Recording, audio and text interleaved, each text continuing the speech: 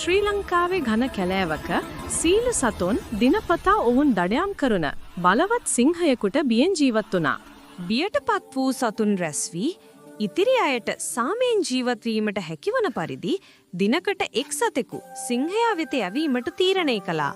හාවාට යන්නට වාරය පෙමිණි විට ඔහු සීළු සතුන් බේරා ගැනීමට කපටි සැලැස්මක් ගැන සිතමින් සෙමින් එවිද ගියා.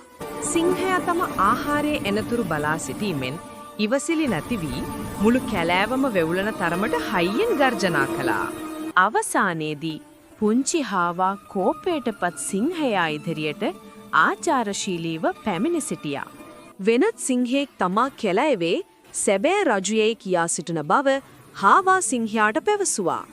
හාවා සිංහයා පැරණි ලිඳක් වෙත ගෙන ගොස් අනෙක් සිංහයා එහි සැඟවී සිටින බව පවසමින් ඇතුළට ඇඟිල්ල දිගු කළා. තවත් සිංහයෙකු ලිඳ තුල දැකීමෙන් සිංහයා ඊට ගර්ජනා කර තම සතුරාට පහර දීමට ලිඳට පැන්නා. සිංහයා දියේ ගිලී මිය ගියා. කපටි හාවා සියලු සතුන්ට සුභාරංචිය පැවසීමද ආපසු දිව ගියා.